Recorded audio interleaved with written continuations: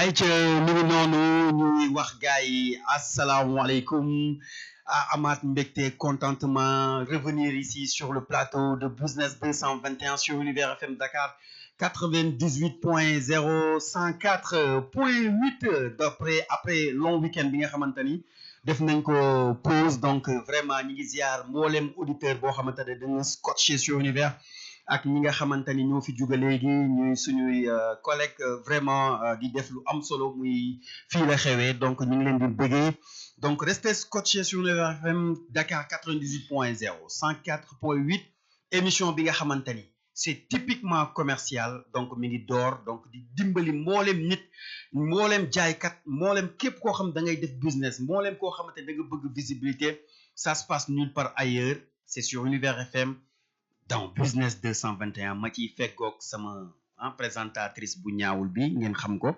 muy sister Tessa salaamaaleykum. maaleykum salaam coach j'espère que tu vas bien. Bien merci. Galaye nuyu naa la. di nuyu aussi nos auditeurs très heureuse de les retrouver dans cette nouvelle partie de Business 221. J'espère aussi que vous avez tous passé un très bon week-end. Moi si. yow moom tu as passé un très bon. Comment est-ce que tu l'as passé da nga doon nelaw wala mais leer nga de. Nelaw naa, je suis sortie avec des amis, on a fait la fête. Le dimanche, je me suis reposée. J'ai passé la journée avec la famille. waaw c'est trop parce que déjà des fois doo am temps bi ndax da nga boo guddee wàcc et tout. Ouais, surtout loolu. loolu am na solo. surtout loolu bi j'en ai profité. macha allah kontaan bu baax sister Tessa mi ngi noonu borom Business 221 waaye ki ngeen xamante ni nag moo nekk ci xarala gi. te ngeen koy dégg muy wax ndaanaan super ndaanaan boobu noonu di DJ Galzo ngeen koy laajte saa su ne moo nekk ci ginnaaw ñu ngi koy naan asalaamaaleykum moom nag ñun dañu toog fii di présenter mais moom it borom xam-xam la ci Business 221 asalaamaaleykum Galzo. maaleykum salaam. waaye bàyyi tamit si Tessa nuyu la comme da nga ko bëgg saa su ne. waaw loolu daf may neex Tessa nuyu ma jox ma nuyu mu jox la énergie jox ma ko. wax ko ci olof wala ci français. yaay tànn. boo ma ko waxee ci bambara sax mu jël. Bonjour Galaye. Bonjour. Allez, merci beaucoup nos très chers auditeurs Univers FM Dakar 98.0 104.8 Kaolack di leen nuyu bu baax a baax di leen ziar di nuyu Seydina mi nga xamante ne moom la ñu àndal ci Business 221 ay la charmante suñu sister Tessa ñu ngi lay bëggee bu baax a baax dinaan jàpp loxo képp ki nga xamante ne yaa ngi scotché ci TikTok bi live di ñu topp di ñu bàyyi xel ñu ngi lay nuyu di la sawdaat di la wax ni dalal ak jàmm ci suñu émission Business 221 lépp luy wàllum commercial lépp li nga xamante ne aussi moo di wàllum business entrepreneuriat naka la entreprise di taxawee yan mooy secret yi nga xamante ne tey dañ leen koy nëbb ñu leen koy baaxee léeg-léeg bu dul lépp waaye tamit di leen wax dal leen ak jàmm Seydina bismillah. waaw kontaan rek vraiment li nga wax léegi par rapport ak TikTok bi parce que gars yi tamit suñu followers il faut ñu leen di jaajëfal. parce que ñu ngi ñuy suivre si plateforme yëpp muy TikTok donc vraiment ñi ngi jaajëfal képp kuy suñu followers rawatina ñi nga xamante ni dañuy scotché aussi si émission Business 221 bu fukki waxtu jotee jàpp fukki waxtu ak benn gàllaay tey nag vraiment dañuy am benn thème boo xamante ni comme tout le temps quand on débute la semaine donc mu nekk objectif tey on va parler d'objectif et c'est très important puisque début de semaine am na ñoo xamante ni donc ils ont besoin d'apprendre par rapport ak objectif pour mën a atteindre seen objectif Galaye. Seydina. tey moom on va parler d'objectif. on va parler d'objectif mu nekk lu am solo. lu am solo. le mot objectif rek veut tout dire. ça veut tout dire Galaye. veut tout dire. waaw si lépp li ngay def rek. l'objectivité nous pousse. ouais. à atteindre nos comme ni koy waxee rek. ma ne l'objectivité nous pousse à l'objectif. yaa dégg tubaab. voilà donc muy objectif lu am solo. parce que dama koy wax objectif Galaye. c'est avoir un point B. quand tu te lèves le matin. tu n'as pas de destination. tu es considéré comme une feuille morte dans le vent. maanaam soo déggee ma ni feuille morte dans le vent mooy nit ku nekk saa soo yeewoo war nga am objectif boo xamante ni bu clair nga fixé wu nga ni lii dinaa ko atteindre. parce que dama koy wax souvent. pour nga am objectif. il faut nga am un pourquoi. maanaam pourquoi boo xamante ni dafay am solo trop. chacun de nous doit avoir un pourquoi pour atteindre ses objectifs. dëggantaan. Le pourquoi peut être ta maman. Le pourquoi peut être ta tante qui est chez toi. Le pourquoi peut être ton fils. Le pourquoi peut être vraiment ta femme. loolu yëpp il faut nga am benn pourquoi boo xamante ni moo lay permettre nga fixer wu ay objectifs pour aller les atteindre. Et c'est important dañu nekk ci début de semaine. ku si nekk actuellement war nga fixer sa objectif d'ici la fin de la semaine. ñu nekk ci jaay war nañ fixer ay objectifs par rapport ak li nga xamante ni moom la ñuy def ñu ni je vais atteindre tant de ventes. mais loolu yëpp il faut nga am benn source de motivation gis nga quand tu as un objectif. te lié woo ko ak le pourquoi dafay xaw a metti donc le pourquoi boobu mooy xam nga lan. sa source de motivation boo xamante ni tey da nga naan voilà man instant bii nii il faut ma am 40 ventes pour atteindre sama objectif ci semaine 40 ventes yooyu mooy maanaam moo may permettre tey ma mën a dimbali ki nga xamante ne mooy sama papa. ki nga xamante ni mooy sama yaay kii ne xamante ni ça dépend sa pourquoi kan la. moo tax dañuy wax souvent sax le pourquoi dafay link ak la carte de tes rêves moom la ñuy wax dream map. xam nga la mooy dream map. nit ku nekk war nga am carte de tes rêves. tu vas amener ta main à la Mecque. photographier le Mecque taf ko sa néeg saa yoo yeewu di ko xool. tu vas avoir une belle voiture. photographier une belle voiture taf ko sa néeg saa yoo yeewu di ko xool. di janoog moom nga xam ne lii mooy sama objectif. tu vas aider tes parents wala ta famille. jëlal photo sa parent wala sa famille nga taf ko nga xam ne lii mooy sa objectif nga koy doxalee chaque jour quand tu te lèves loolu day tax yow mi nga xamante ni da nga nar a décourager. soo jaayu wala da nga nar a abandonner. boo commencé entreprendre wala da nga nar a vraiment nekk koo xamante ni doo joxe ay effort ça peut être une source de motivation pour atteindre tes objectifs. objectif dafa am solo. parce que tey quoi qu'on puisse dire boo ko xoolee ci ñu ci bëri amuñu un plan B maanaam ñoom duñu xalaat ne que man je suis maa ngi ci plan A je dois quitter le plan A pour aller vers le plan B. maintenant pour dem ci B boobu noonu sache que bien c'est un chemin boo xamante ni tu auras des obstacles qui vont enfreindre pour enfreindre ce chemin mais les obstacles sont là pour les champions. galaay obstacle bu ñu koy wax c'est pour les champions. parce que dem sa atteindre sa objectif tout le temps il y aura des loo xamante ni moo lay essayer barrer la route. mais vraiment soo xalaatee sa pourquoi. waaye da ngay amaat jom. le pourquoi tu veux réussir. le pourquoi ma war a atteindre samay objectif. et c'est important. pourquoi boobu léegi pourquoi bi dina la mën a permettre nga defar sa bopp. galaay defar sa bopp bi mi ngi dugg ci développement personnel. ayca ñu jël ku nekk ci ligne bi. xam naa teraanga Sénégal la. moom mooy ubbi mooy. maaleykum salaam. salaamaaleykum. teraanga Sénégal. teraanga soo ko nuyu dugg nuyu la. waaw non. yow waaw yow gàllaay doo ma fàttali teraanga Sénégal. ah oui ñu ngi lay fay ñu ngi tuub. moom daa yor teraangaam di ko séddale. boo ko joxul mu jël si ko. kon jëlal. yaay borom business 221 de. waaw maa ngi nii. wallaahi yow moom ñu ngi lay ziar bu baax. maa ngi leen di ziar ñun ñëpp. ñu ngi ci jàmm bu baax a baax. Omar nuyu naa la. waaye maa ngi lay ziar maa ngi teraanga Sénégal yow ku bëgg teraanga ci yow lay jaar. waaw koo koy jaañ teraanga. jaañ teraanga. Galaay nuyu naa la tamit. fay naa la jaañ. Asu Njaay moom nuyu naa ko tamit. Jaañ fay naa la. yaa ma tuddee Asu Njaay noonu. maa la ko wax. j'aime bien merci. kon très bien jërëjëf. voilà kon neex na. waaye ñu ngi ci jàmm bu baax a baax a baax. yàlla na jàmm yàgg. amiin waay. ñu ngi lay ziar di nuyu fa nga nekk ñëpp di leen ziar. ñëpp la lay fay. voilà d'accord. kon jeex bon appétit. mais fat naa nuyu sama jigéen boobu Salia Seck. waaw Salia c'est ça Salia. ak kii. Mora sama doom lay. ñu leen di big up ñoom tamit. ay lekkatu mburu rek la fi nuyu. parce que tamit équipe lañ bokk. waaw waaw ñooñu moom sa team la. moom mburu la team équipe mburu la bokk. waaw kon baax ngeen. mu ngi noonu. jaajëf. allez di ko jaajëfal bu baax a baax Diagne Teranga mu ñuy topp fii ci 221 business. aca Seydina yaa ngi woon fu am solo. non mooy ci objectif bi li indi objectif bi. ci pourquoi lay doon léegi nag c'est pourquoi boobu daf lay permettre nga tabaxaat sa bopp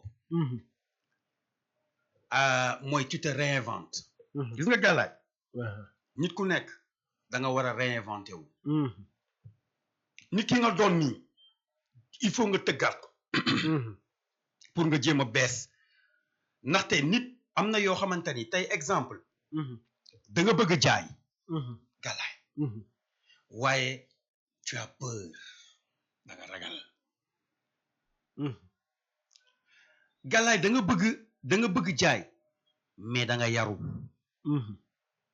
su ma nee yaru quand tu es chez toi le monde de la politesse et le monde du business c'est diamétralement opposé gàllaay effectivement quand tu parles à tes parents baisse les yeux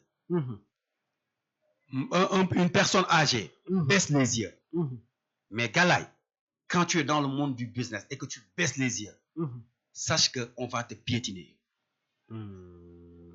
dañ lay dëgër lu ay dafa war a am ci business waaw parce que business y a pas de sentiment ça dama la koy wax tey nga xam ko ci business soit tu es dans le business soit on t'efface ça c'est vrai dañ lay effacer carrément boo dëgërul sa bopp surtout nga nekk sax si yenn business yi non ça demande beaucoup de choses parce que je vais énumérer tout à l'heure des business yi nga xamante ne y a pas de pitié waaye amul ñi koy wax ñi koy dégg dinañ ko xam je peux donner l'exemple tey ñi nga xamante ne ñu ngi ci wàllum poissonnerie exactement nga war a jóge débarquer bateau nga war koo jëlee port génnee ko jaay say jën ñi koy def ñu ci yëngu de 100% y a pas de pitié ça demande beaucoup de financement et beaucoup de concentration ak écoulement très rapide parce que produit bi nga yor la bu baax durée de vie bi gàllaay soo fekkee ni nekkoo koo xamante ni da nga dëgër sache que vite fait on va t'effacer effectivement da nga ciy nekk wala nekkoo ci et chaque jour da ngay jéem a essayer retaper wu pour mën a gën a avancer parce que comme ni ma la ko waxee y a pas de sentiment par rapport ak business effectivement xam nga teg waa vas-y allez-y man sama sister moom laa bëgg a jox kàddu parce que damay di dégg voix am te ça oui te ça on est si objectif tey objectif yow loo ñu indi ouais là on parle d'objectif bah je pense que objectif c'est la destination que tu te fixes en fait dëgg la nit ku nekk da nga war a am objectif après nag faut savoir différencier l'objectif du rêve tey je peux me dire ouais j'ai comme objectif d'être milliardaire millionnaire ça c'est pas un objectif ça c'est un rêve que tu te fixes effectivement l'objectif c'est quoi je veux devenir millionnaire lii laa war a épargner par jour wala par mois pour atteindre mon objectif mais tu peux pas te lever chaque matin ouais je veux devenir millionnaire tu te dis que c'est ton objectif c'est impossible je pense que c'est ça en gros voilà donc tu nous as résumé l'objectivité bi nga xamante ne mooy objectif mais Seydina nous allons un peu approfondir gis nga objectif weesu comme tout à l'heure dafa wax lu am solo rêve est différent de l'objectif mais les objectifs peuvent découler des rêves quand un rêve devient réalité l'objectif est atteint très vrai donc rêvons gros mais soyons plus actifs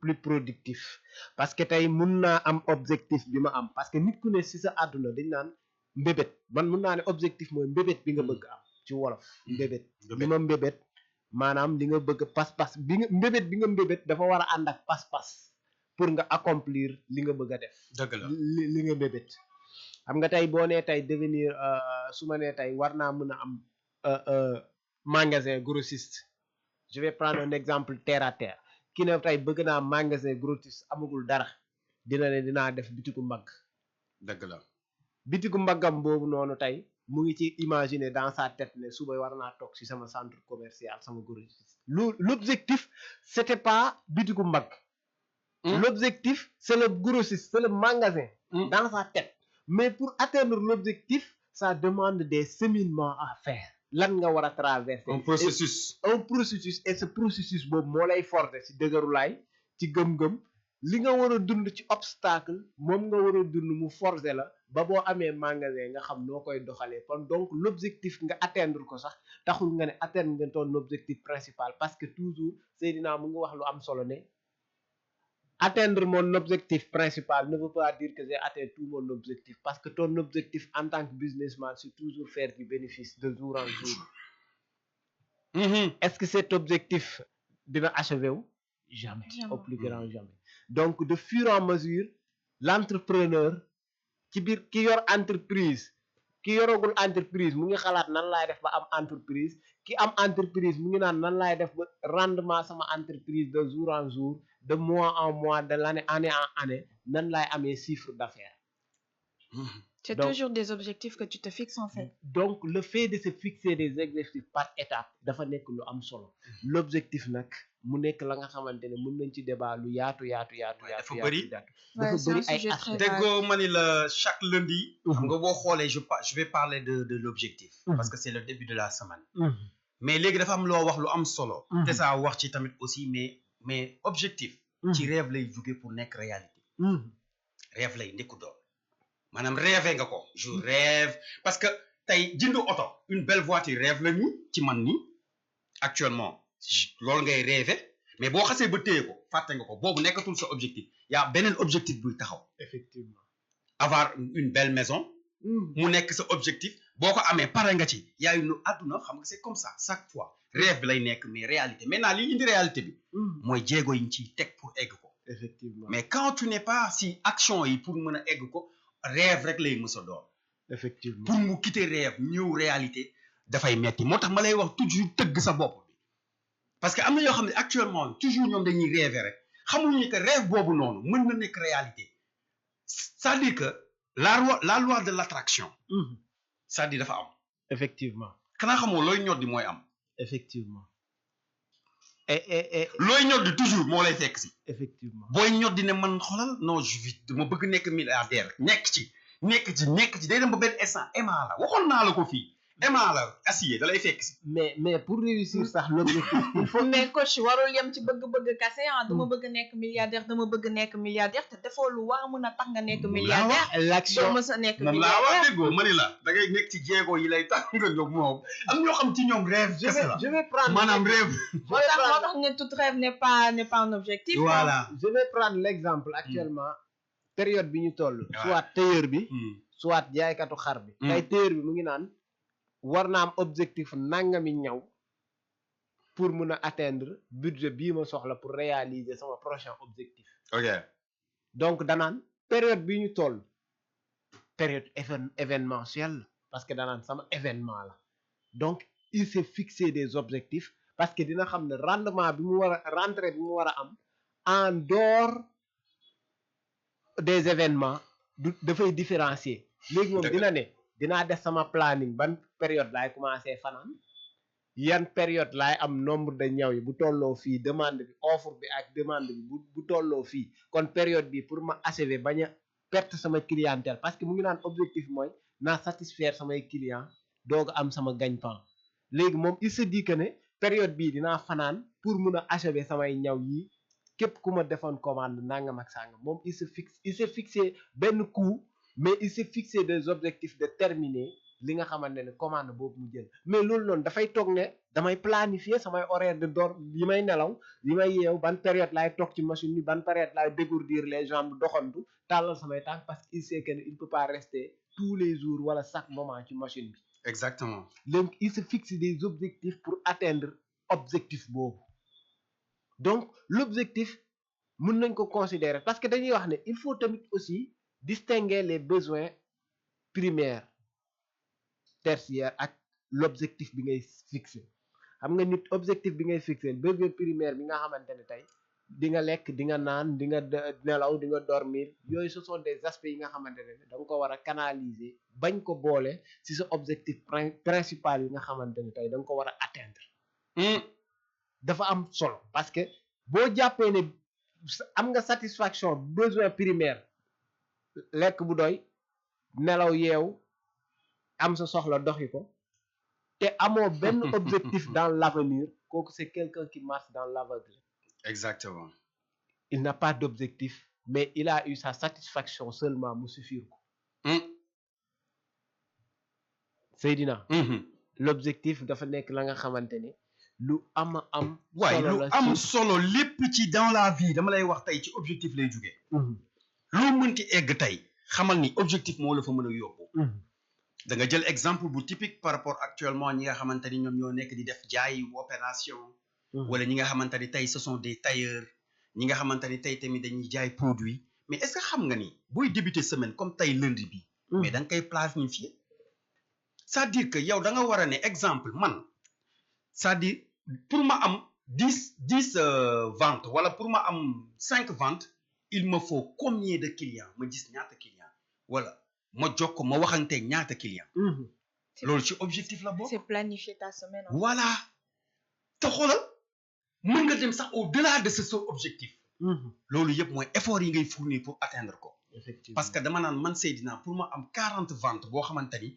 semaine bi la donc je dois avoir au minimum 80 clients et c'est possible parce que toujours nombre de clients yi y a des non mais toujours il y a des oui je t'ai dit chaque non te rapproche d'un oui c'est pas parce que am na ay non rek mais les oui sont devant loolu la mu la fay yóbbu mooy effort yi ngay fournir pour atteindre ce objectif donc objectif retapé wul déjà li njëkk ci objectif di nga boo retapé woo mooy da ngay nekk dans le cadre de ton business mooy da ngay nekk nit koo xamante ni déjà tëgg nga sa bopp sa personnalité dina la mën a permettre nga mën a def jaay lenn li mooy lan il faut toujours investir ci sa bopp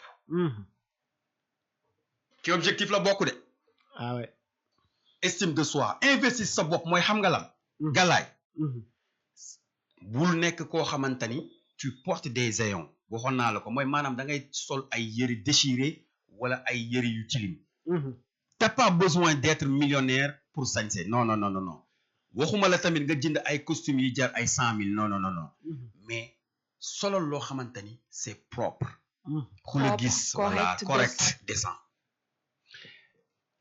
dama lay wax benn affaire tey su fekkee ni da ngay jaay takk jaaro bu dee góor di nga jaay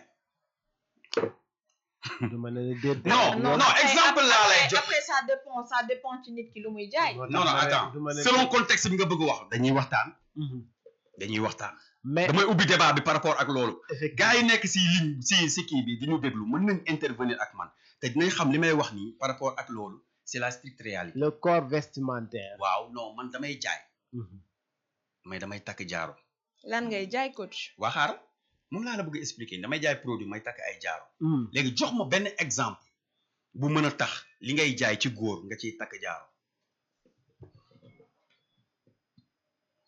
amul si waaw non jox ma un exemple boo xamante ni loo xamante ni lu jaar yoon laa la waxuma la jaay ay non dama ne je veux dire quelque chose boo xam ne boo koy jaay maanaam nit yi parce que wax naa la ko fii le livre est souvent jugé à sa couverture gars yi dañ leen jugé te xamuñu la waxuma la nit ki sax noonu la mel mais ça veut dire que tey am na nooy jaayee sax même boo defee yenn sol yi rek laa la wax ay jean déchiré bu dee jigéen nga sol mini jupe boo xamante ni presque say jambes mi ngi si biti nekkul ne la personne bi la gis yow noonu nga mel déggoo li ma la wax dana juger selon sa accoutrement loolu laa la wax coach moo tax ma ne la ça dépend ci li ngay jaay comme lan jaaykatu jupe non galaaj coach je donne un exemple jaaykatu promotion waaw kii di dugg ci kër yi waaw promotion kooku lu muy sol chemise cravate waaw veste affaire yooyu waaw pour être bien vu loolu mooy attirer clientèle am waaw kii di jaay boppam du la solol costume waaw du la solol jupe lay sol waaw jupe lay sol waaw ku nekk ak lu muy jaay ak li nga war a sol blowman yi di jaay le truc là le chicha et tout ñooñu lu ñuy sol dañuy takk jaaro ay dégradé ay tente c'est ça qui attire seen clientèle moo tax ma ne la nit ku nekk ak li ngay jaay ak ni nga fa war a solo yëre bu nekk ak milieu bu muy dem voilà waaw non c'est que yow da nga yóbbu débat bi ci cadre jaay normal laa wax xam nga man jaay normal waa bee sax jaay normal la waaye tamit mais tey lépp jaay la coach moo tax ma ne la nga préciser lan ngay jaay. selon contexte bi voilà lan ngay jaay coach. waaw léegi ñi nekk ci kër yi ñii di dugg ci kër yi ouais. exemple en tant que vendeur waruñu di takk jaaro non waruñu di sol ay jeans déchirés non.